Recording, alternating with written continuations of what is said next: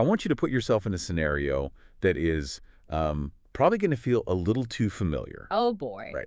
So picture a Friday night.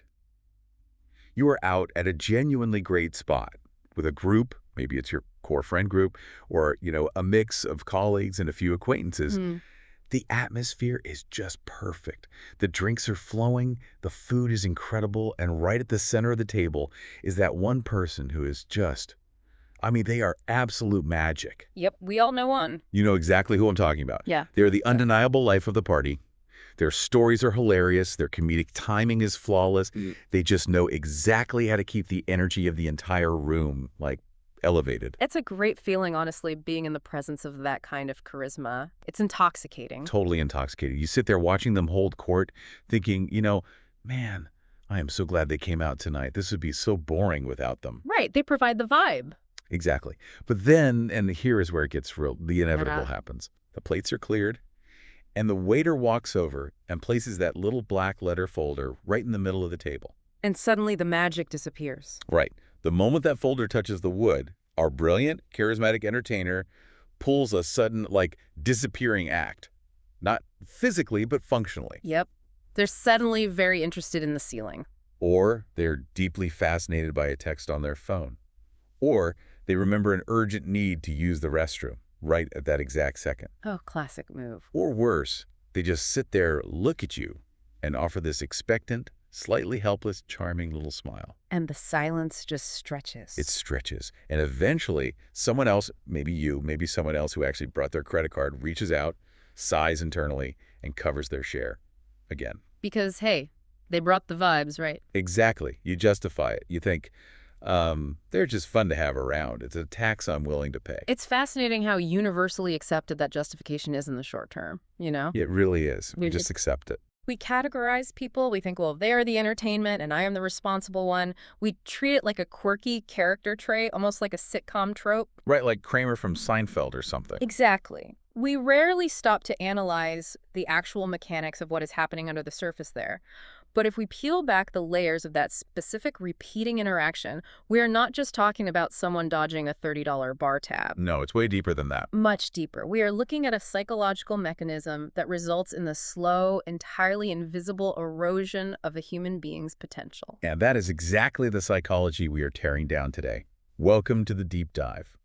Our mission today is to unpack this incredible source text that explores the hidden dynamics of dependence versus independence. It's a really eye-opening framework. It is. We're going to explore why the people who seem to be, hacking the system, the ones getting a constant free ride through life because of their charm, are actually walking straight into a trap that totally obliterates their future.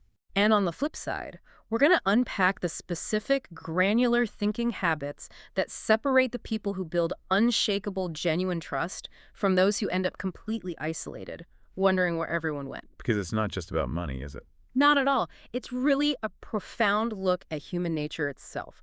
We are going to get into pattern recognition, neurobiology, and how the seemingly innocent habit of relying on other people's wallets systematically rewires your brain. That part blew my mind, the rewiring. Right. It literally changes your locus of control until you are fundamentally incapable of navigating the world on your own.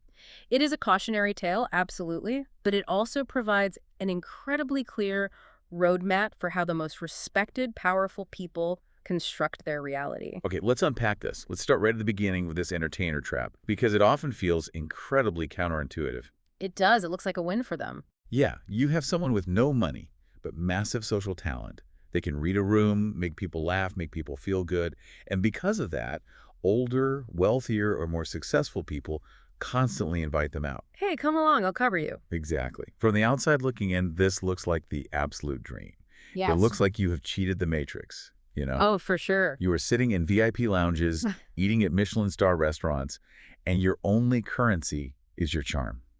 It's the illusion of ultimate leverage. You feel like you've found a loophole in capitalism. Loophole, yes. You don't have to produce anything tangible. You just have to exist and be delightful. Right.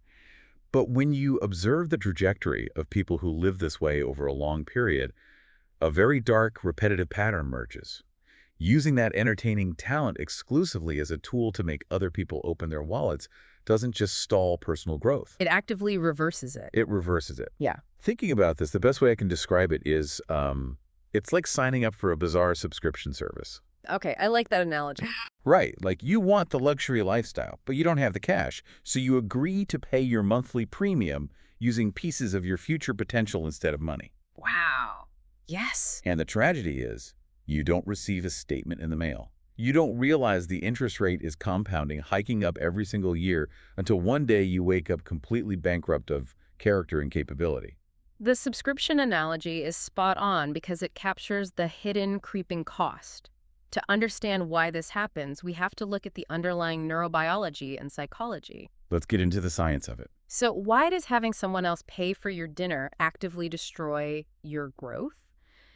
It comes down to friction. Friction, like mental friction. Yes. Human brains are essentially prediction and survival engines. Right. When you face a problem, say, needing food, shelter, or resources, your brain experiences friction. Okay. That friction triggers anxiety, which triggers problem-solving mechanisms. You figure out how to generate value so you can survive. Right, the whole necessity is the mother of invention thing. Exactly. But when a person gets entirely used to being treated, their internal software undergoes a silent, catastrophic update. The friction is just gone. Completely gone. Their default premise for interacting with the world shifts. Instead of their brain asking, how can I solve this? How can I overcome this obstacle? The neural pathways rewire to assume someone else will handle it. Wow. It is a fundamental shift in their locus of control, moving it entirely outside of themselves. Hold on, so you were saying they are literally outsourcing their basic survival instincts to their friends? That is exactly what happens. The vital human instinct to create value or to solve complex problems is like any other muscle in the body. It requires resistance to grow. So if you aren't lifting the weight, the muscle shrinks. Exactly. It requires the deep discomfort of having skin in the game, when you never have to reach into your own pocket, when you never feel the physical sting of parting with resources you had to sweat to earn. That survival and production muscle atrophies. That makes so much sense. We think of their charm as a superpower, but in this context, it's actually paralyzing them. Yes, the ability to read a room is a genuine, valuable skill. But when it is exclusively monetized by getting someone else to foot the bill, that talent becomes a wheelchair for someone who has perfectly good legs. Man, what a visual. A wheelchair for someone with good legs. You are no longer navigating the terrain of life. You are just being carried through it as a piece of entertaining, decorative luggage. Decorative luggage. And because you aren't doing the walking, you never build the calluses, the stamina, or the navigational skills required to survive when the person carrying you eventually puts you down. And they always put you down eventually. Always. If we extrapolate this out, say, 10 or 15 years, the reality these individuals face is absolutely brutal.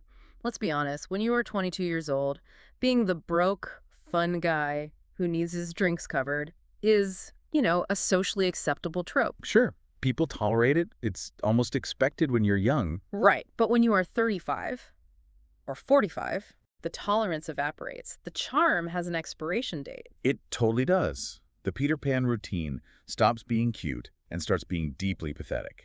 And at that point, they face an insurmountable chasm. A huge gap. Yeah. Their financial power hasn't grown an inch in a decade. Their true popularity, which isn't just about getting likes on a photo, but being deeply respected by peers, has actually plummeted. While everyone else moved forward. Exactly. Meanwhile, the friends who lived independently, the ones who maybe weren't as fun but paid their own way, who struggled, who built their own engines, those people have moved on to entirely different stratospheres of life. They bought houses, started businesses, built real networks. Right. And the entertainer is left behind at the bar, bewildered, wondering why the phone stopped ringing. It is a devastating awakening, and what makes it so psychologically damaging is the latency. The delay in realizing it. Yes, they spent a decade assuming they were highly valued, indispensable members of their social circles. They mistook being an amusement for being a peer. Oh, that's a sharp distinction. Amusement versus peer. When that realization hits, when they see the massive gap in emotional maturity, financial stability, and professional standing between them and their former friends, it almost universally breeds deep, toxic resentment. They feel like they were used and abandoned. They feel abandoned. But the harsh truth of human behavioral patterns is that this outcome was baked into their trajectory the very first time they accepted the premise that their charm was an acceptable substitute for self-reliance. So relying on others doesn't just stop at free drinks. Yeah. It fundamentally changes who you choose to associate with, which leads us to our next point. The professional and social climbing aspect. Right, because if you are entirely reliant on others for your resources, it changes your psychology. Mhm. When that person tries to enter the professional world or tries to move up in society, they don't just look for a mentor, No, they instinctively look for a host to attach to. a host. And there's a metaphor for this from the source text that honestly made me stop in my tracks when I first heard it. It's a Japanese concept. They call it living like fish poop. Osakana no fun. It is an incredibly visceral, unforgettable phrase. It really is. For anyone listening, just picture this imagery. You have a large, powerful fish swimming through the ocean, and trailing right behind it, attached to it, is a string of waste. Just drifting along in the wake of the predator. Exactly. Applying this to human behavior, it describes someone who just trails behind a powerful boss, a wealthy friend, or a strong figure acting like a parasite. It provides a temporary, highly convincing illusion of security. Right, because you feel safe behind the shark. You are in the wake of power, so you feel powerful. The waters part for you because they are parting for the boss you are trailing, but you are building absolutely zero personal strength. You have no propulsion of your own. No, wait, I want to jump in here and play devil's advocate for the listener, because I can hear someone getting defensive about this. Go for it. We are constantly told by career advisors, by every self-help book on the market, to network. We are told to find a mentor, to align ourselves with successful people, to get in the room with the heavy hitters. Your network is your net worth, right? Exactly. So isn't trailing a powerful person exactly what we're supposed to do to get ahead? How on earth do we separate being a smart, loyal protege who is learning the ropes from just being fish poop?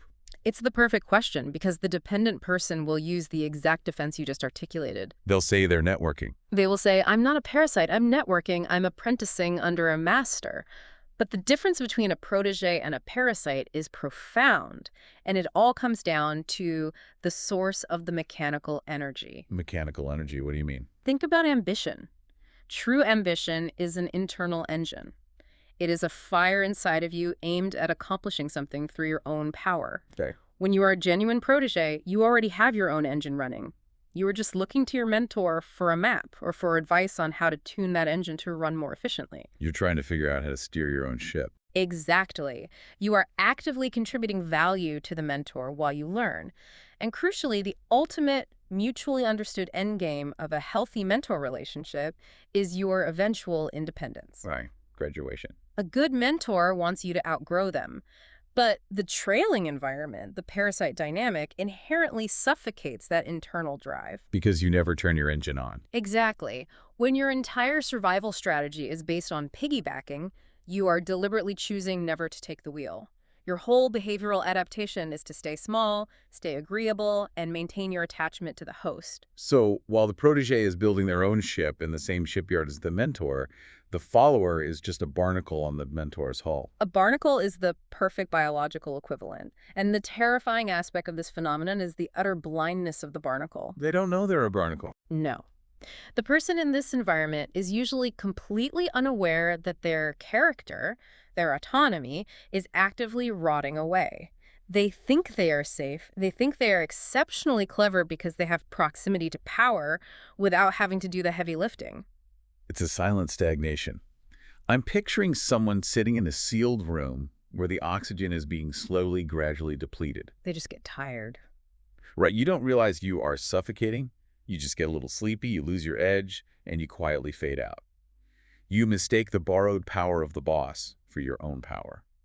You think the respect the maitre d' shows the boss is respect directed at you. Yes. But the second the boss retires, gets fired, or just gets tired of you and cuts you off, the reality of your own weakness is exposed in broad daylight. You have absolutely nothing. And you are entirely unequipped to handle that exposure. You don't have the emotional regulation or the practical skills to start from scratch because you spent the last 10 years pretending you were already at the finish line. Which brings up a really fascinating secondary question. If trailing behind the strong doesn't work out for the follower in the long run, what is happening in the mind of the strong person? Like if you are the successful boss or the wealthy friend who's always picking up the check or letting this person trail behind you, You have to notice what's going on. You absolutely notice. Economically successful, genuinely respected people do not get to where they are by being blind to human dynamics. They aren't stupid. Not at all. And this introduces a concept from the text that we can call the invisible filter. Highly respected people unconsciously and often very consciously filter the human beings they allow into their orbit. Okay, here's where it gets really interesting. It is crucial to understand that they rarely do this out of malice. Right. It's not some cartoonish villainy where they are sitting in a boardroom laughing at the poor people. Not at all. It's not about cruelty or arrogance. It's about the brutal mathematics of time and energy. Time and Yes. When you have built a life of independence and success, you become hypersensitive to how resources are spent. You can spot someone who is looking to extract energy from a mile away. This totally reframes the idea of what networking actually is. I think a lot of people view networking as a cosmetic exercise. Just handing out cards. Yeah. You put on a nice suit, you go to a mixer, you smile, and you hand out 50 business cards. You say the right buzzwords.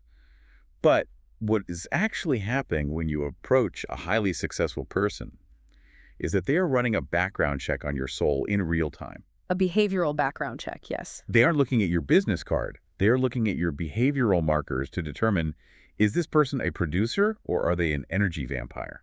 An energy vampire is exactly what they are screening for. We often hear the phrase like attracts like or the law of attraction. Sure, like from The Secret. Right, and pop culture has turned that into something deeply esoteric. We think it means if you just sit in your room and think positive thoughts about a Ferrari will manifest in your driveway. Which would be nice, but yeah. But mechanically, psychologically, the law of attraction is a harsh, pragmatic reality based on cumulative actions and thought habits. Respected people naturally attract and retain other people who think for themselves, who act on their own, and who fundamentally live out of their own wallets. Because if you have built a life of self-reliance, you know the exact cost of that independence. You know the pain it took. You know the sleepless nights, the risk, the blood, sweat, and tears it took to build your engine. So when someone approaches you and all they have to offer is lip service, they talk a huge game about their ideas and their potential, but their actions show they just want to ride your coattails. There's an immediate, visceral repulsion. Precisely. The successful person knows from hard-won experience that a mutual exchange of energy is mathematically impossible when one person is completely dependent. You can't have a partnership with someone who brings nothing to the table. Synergy requires two engines. The independent person knows that nothing fruitful, no innovative ideas, no genuine partnerships, no real support during a crisis will be born from associating with someone who just wants a free ride. It is a literal dead end. So what do? They quietly, politely, without any drama, close the door. They instinctively filter the dependent person out. And the dependent person never even realizes they were evaluated and dismissed. They just sit around complaining that the successful person is acting brand new or is always too busy to hang out anymore. Exactly. The filter is invisible, but it is absolute steel. The successful person protects their ecosystem. Okay, I have to step in and challenge this because I know exactly what a lot of people are thinking right now. Bring it on. We live in a culture that heavily prioritizes empathy, right? Open-mindedness, giving people the benefit of the doubt. We are taught over and over not to judge a book by its cover. So isn't it incredibly harsh to just look at someone, read a few behavioral markers, decide they are an energy vampire, and permanently filter them out of your life? Isn't it a bit arrogant to assume you know someone's potential just because they, let you pay for lunch a few times? This raises an important question, and it is a deeply uncomfortable one for modern sensibilities. It is. We love the phrase, everyone is different, or to each their own. It sounds so tolerant, it sounds enlightened. It's a very safe thing to say. But if we're being ruthlessly honest about human psychology, that phrase is very often utilized as a convenient escape route. An escape route from what? From the responsibility of making hard judgments. It is an excuse to avoid taking responsibility and facing uncomfortable truths about human behavior and the consequences of association. Oh, I see. If everyone is completely unique, then you never have to draw a boundary. You never have to tell someone no. But human behavior is not a series of random, totally unique anomalies. Human behavior operates on strict, observable patterns. Let's talk about the analogy used in the source text to illustrate this, because it is intense. The missing pinky. Yes. So if you are in Japan and you see someone at a bathhouse with heavy, full-body irezumi tattoos, and you notice they are missing the top joint of their pinky finger. You do not start with a blank slate. Not at all. For context for the listener, those are the historical, undeniable markers of being in the Yakuza, the Japanese mafia. You don't look at that person and think, well, to each their own. Maybe they're just a very clumsy sushi chef who happens to love intricate traditional body art. You don't think that? Because it would be a failure of your evolutionary survival instincts. Whoa, okay. But wait, isn't that just advocating for stereotyping and prejudice? Where is the line between stereotyping someone and protecting yourself? Because saying humans follow patterns so it's okay to write people off sounds like a very dangerous, slippery slope. It's a vital distinction. Prejudice is judging someone based on immutable traits they cannot control, race, origin, things of that nature. Pattern recognition, on the other hand, is observing someone's repeated choices and behaviors and accurately predicting their future trajectory based on historical data. Makes sense. Our ancestors survived on the savannah because of pattern recognition. If they saw a specific rustling in the tall grass, they didn't think, every bush is unique, let's go investigate with an open mind. No, they ran. They recognized the pattern of a predator, and they ran. Success has a pattern. Repeated failure has a pattern. Ignoring these patterns under the guise of everyone is unique is ignoring the wisdom of human experience. So you're saying these social behaviors, the refusing to pay, the lip service, are the modern equivalent of the rustling grass? Exactly. Success leaves clues, and failure leaves a neon trail. Repeated failure, specifically the kind of failure born from dependency, entitlement, and lack of accountability, has a distinct universal pattern. It's not just a coincidence. When someone constantly avoids paying their fair share, when their words are grandiose but their actions are non-existent, when they constantly seek the easiest route by exploiting someone else's effort, these aren't just quirky personality traits. These are behavioral tattoos. Behavioral tattoos. These are the missing pinkies of a person's character. Behavioral tattoos. That is dark, but man, is it effective. You can't wash off a pattern of behavior with one good day. You cannot. The argument here is not a moral judgment, it is a functional one. It is urging you not to ignore the hard-won wisdom of human experience just so you can feel falsely enlightened. Right, you're protecting your life. Yes. Every individual has intrinsic human value, but behavioral trajectories are highly predictable. If you ignore these patterns and the people you choose to associate with, you are doing yourself a massive disservice. You are knowingly inviting chaos and erosion into your own ecosystem. So the practical application for someone listening is observing patterns in the words and actions of those who succeed versus those who constantly fail gives you the ultimate framework for making your own life choices. You have to trust the pattern over the poetry. Exactly. If someone is telling you a beautiful poetic story about how hard they work, how loyal they are, how much they value your friendship, but their behavioral pattern is showing up late, complaining, and expecting you to cover the bill, you have to believe the pattern. The pattern is the truth. And what happens when that pattern of reliance continues unchecked? It leads inevitably to a slow, invisible decay of the person's life, which transitions perfectly into how the mechanics of trust actually operate in the real world. Let's get into that, because trust is the currency of everything we're talking about, whether it's networking, friendships, or business. Trust is the foundation. It is everything. But it doesn't work like a light switch. You don't just meet someone, decide they are cool, and flip the trust switch to on. Trust is never built in one grand gesture. It accumulates slowly, microscopically, through daily actions. Small, consistent actions. Did you show up when you said you would? Did you offer to help when there was nothing in it for you? Did you pull your weight? And conversely, living on lip service slowly shaves that trust away, micron by micron. So, what does this all mean? I was trying to visualize this, and it feels like a glacier. A glacier is a great way to picture it. Think about the formation. Right, it takes decades, layer upon layer of snow, freezing pressure over years, to form this massive, seemingly permanent, immovable structure. When you look at a glacier, it looks invincible. But the erosion happens where you can't see it. Exactly. When it starts to melt, it doesn't melt from the top down where everyone can see it. It melts invisibly beneath the surface. Warmer waters hollow it out from the inside. And the tragedy is it happens so gradually the person doesn't even notice. Right. From the outside, the person's reputation, their glacier, still looks solid. People are still polite to them. But the structural integrity is completely gone. completely gone. And then one day, seemingly out of nowhere, a massive chunk of ice just fractures and falls into the ocean with a deafening roar. And for the dependent person, it feels exactly like that. It does. They think everything in their social life is fine, and then suddenly, catastrophic collapse. Mm. They aren't invited to the wedding, they are passed over for the promotion, their calls go straight to voicemail. The invitations just stop coming. The glacier has calved, and there's no putting that ice back together. The tragedy of the latency effect is profound. Because they relied on lip service, because they avoided the friction of genuine effort, they hollowed out their own foundation. And the psychological reality gets even darker here. How so? Because there is a direct, observable pipeline between this loss of trust and the lure of the shady shortcut. Walk me through that pipeline. How does the guy who just wants free drinks at the bar turn into the guy pushing a shady cryptocurrency scam or a malicious pyramid scheme? It's a sequence of inevitable dominoes. First, you alienate your high-quality network through the erosion of trust we just discussed. Okay, so you lose your good friends. Right. The invisible filter has caught you, and you are locked out. Second, you have zero independent income-generating capacity because you spent the last 10 years relying on others instead of building your own skills. So you have no money and no skills. So you are isolated and you are broke.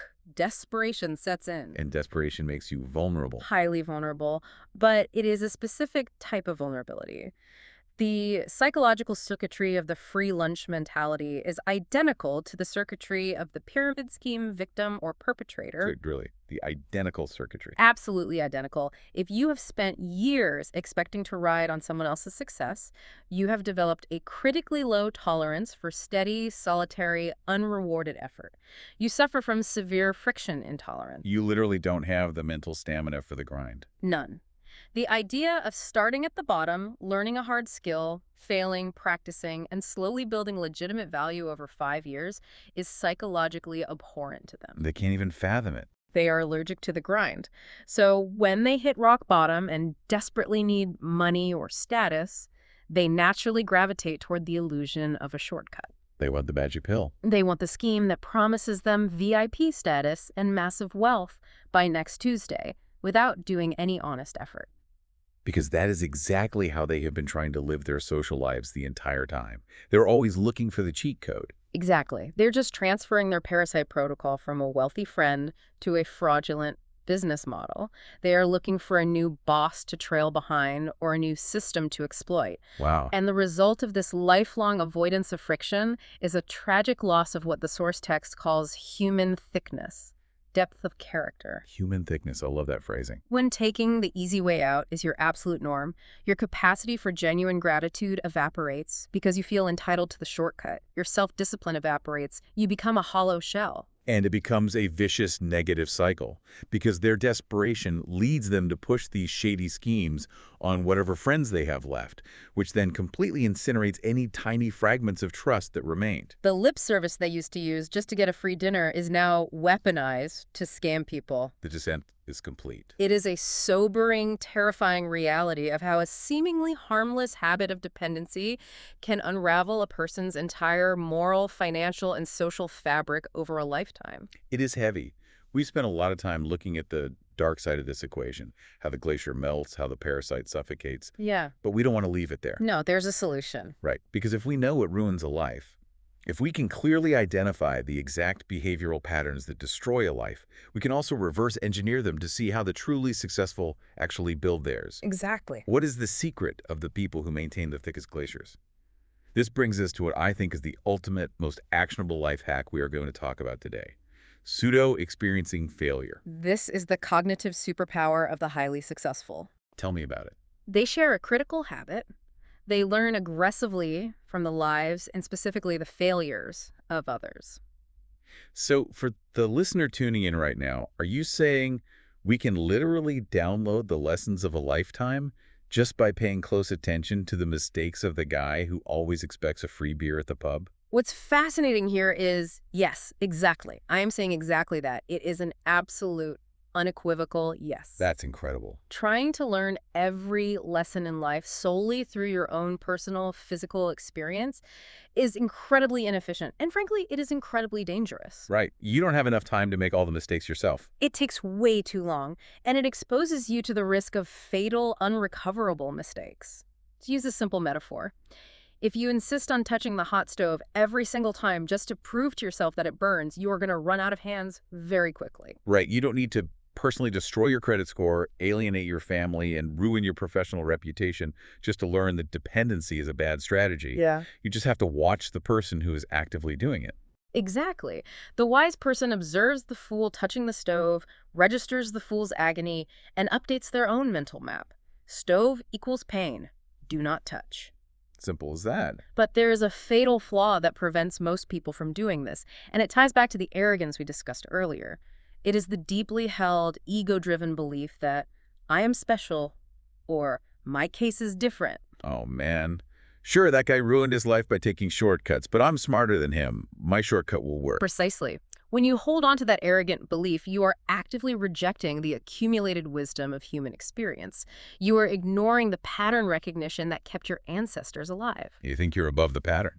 The real secret of the successful is that they have zero ego when it comes to learning. They constantly update their internal software. When they observe a failure in someone else, they don't just mock them or pity them or gossip about them. They get analytical. They get clinical. They constantly ask, why did this person make this choice? What was the specific thought pattern, the exact behavioral tattoo that led to this disaster? They are reverse engineering the catastrophe. Yes, because knowing with absolute granular clarity what to avoid is the foundational bedrock of knowing what to choose. Wow. By carefully, empathetically, but ruthlessly observing the people around them, they pseudo-experience the failure. They run the simulation in their own minds. So they feel it without actually having to go through it. They feel the sting of it mentally, they internalize the lesson, and they adjust their own real-world trajectory without ever having to suffer the real-world consequences. That is profound.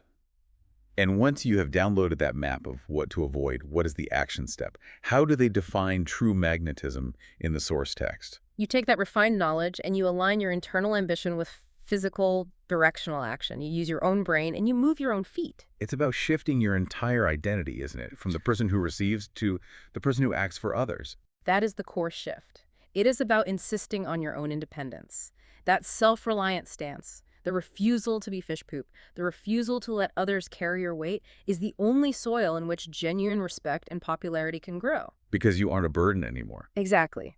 When you are moving under your own power, paying your own way, and solving your own problems, you naturally become a beacon. People are instinctively drawn to that stability. You don't have to convince people you are valuable with lip service because your actions, your human thickness, demonstrate it continuously. It is the inescapable physics of the human ecosystem. Independence generates a massive gravitational pull. Dependence repels. We have covered incredible ground today. Just to briefly recap the journey, we started in that bar, looking at the trap of the entertainer who never pays, trading their future capability for a free lunch, completely rewiring their locus of control in the process. And losing their ability to handle friction. Right. We broke down the terrifying reality of the fish poop phenomenon, differentiating the internal engine of a true protege from the suffocating, barnacle-like existence of a parasite. We also explored the survival mechanics of the invisible filter, how successful people protect their time and energy from vampires by using evolutionary pattern recognition. Trusting the behavioral tattoos. Yes, and how trust operates like a glacier, eroding invisibly under the surface of lip service until it collapses into the desperation of shady shortcuts. And finally, we unpack the power of self-reliance, the ultimate cheat code of pseudo-experiencing failure. The ability to download the painful lessons of others, discard the arrogance of thinking you are the exception, and shift your entire life from a posture of consumption to a posture of independent, powerful production. If there is one overarching truth to take away from all these interconnected patterns, it is that no one can carry you to your own greatness. It is physically and psychologically impossible. You have to walk there on your own 2 feet, carrying your own weight, feeling the friction of the road. And that brings us to the final thought I want to leave you with today. The takeaway. Yeah. If true popularity, true respect, and a resilient, unshakable life aren't things you're simply handed or can simply charm out of other people, If they are a magnetic force you generate through your own independence and your own depth of character, I want you to take a hard look at the people currently orbiting your life right now. That's a great exercise. Based on exactly who is drawn to you right now, what does that reveal about the signals your own wallet and own brain are actually broadcasting to the world? Are you attracting other independent engines, people who challenge you and respect your autonomy?